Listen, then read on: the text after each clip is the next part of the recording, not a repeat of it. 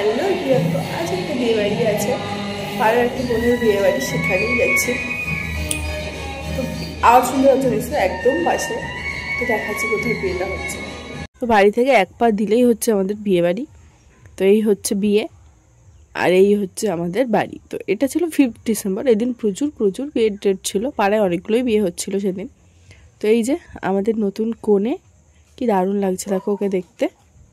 তো ওর বর এখনও আসেনি, সেই জন্য বসে আছে।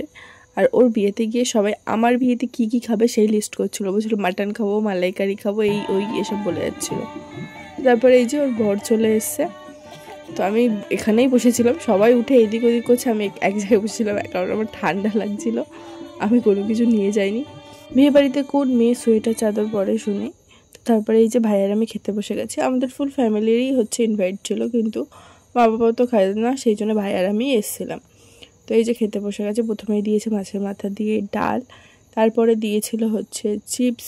তো আমি কোনো কিছু খেতে পারছিলাম না, কারণ হচ্ছে আমি এর আগে পকোড়া, ফুচকা এগুলো খেয়েছি। তো তারপরে পটল চিংড়ি দিল, তারপরে মাছ দিল, মাছটা আমি ভাইকে দিয়ে দিয়েছিলাম। তারপরে চিকেন দিল। আর খেতে খেতে হঠাৎ করে কারেন্ট চলে গেছিলো, জানাটা চালাতেও তো টাইম লাগবে। তো তখন সবাই ইয়ার্কি মারছিল খুব।